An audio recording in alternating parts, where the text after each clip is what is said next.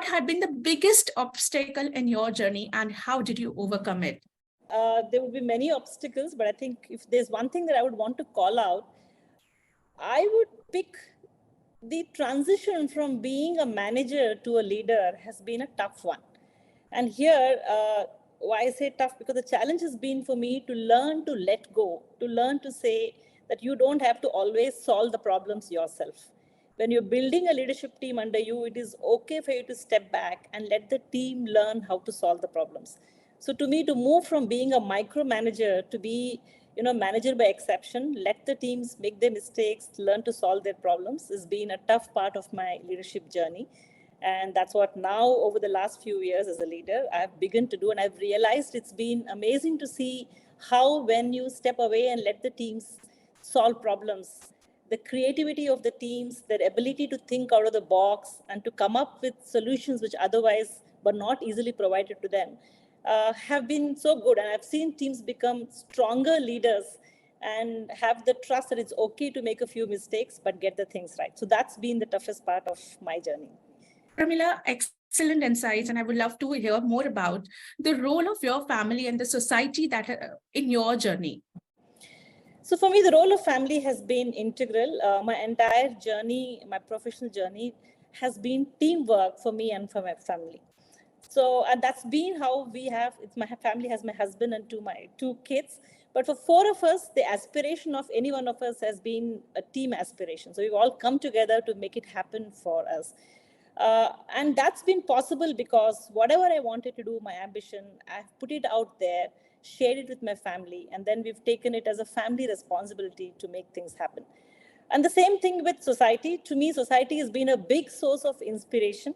You don't need formal mentors, you don't need formal coaches. If you look all around you, from the peers, from the industry, if you will but learn, there's constantly someone to inspire you. So to me, I've drawn a lot of inspiration to society.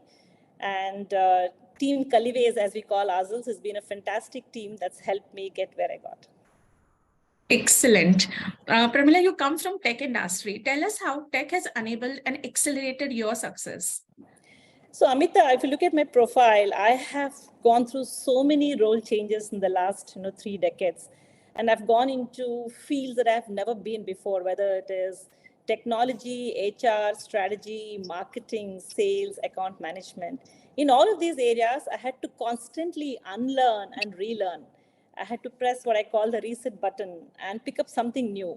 And there, technology has been my biggest buddy, whether in terms of keeping myself abreast with what's happening in the tech space, to stay relevant to my role, to the industry, and to my clients, or it is to learn about something new. I have learned this art of beautifully leveraging technology to make it for simple things, whether I go for my walks, whether I'm spending time or I'm traveling. I'm always having a podcast here.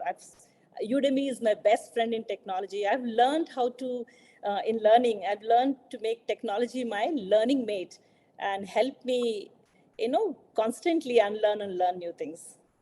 Pramila, any message you would like to share with the women leaders out there? Yeah, I guess one thing that's been my mantra has been that I have to continue to stay relevant. So staying relevant is extremely important for all of us as professionals, relevant to your industry, relevant to your role, and relevant to the world at large, which means we all have to find time, make time to invest in ourselves. Staying relevant won't happen unless you continuously invest in yourself, whether it is professionally. But make sure that every 6 months, if we can't open up our resume and add something new to it, I think we are, at the risk of becoming irrelevant. Learn something new, whether it's a skill or a technology or about an industry or sector. Equally important is to invest in yourself physically. And all of us are so caught up in the professional world. I truly believe that fitness is an attitude. It is not just about being professionally fit. You have to be personally fit, take care of your health, take care of yourself, invest in you as an individual.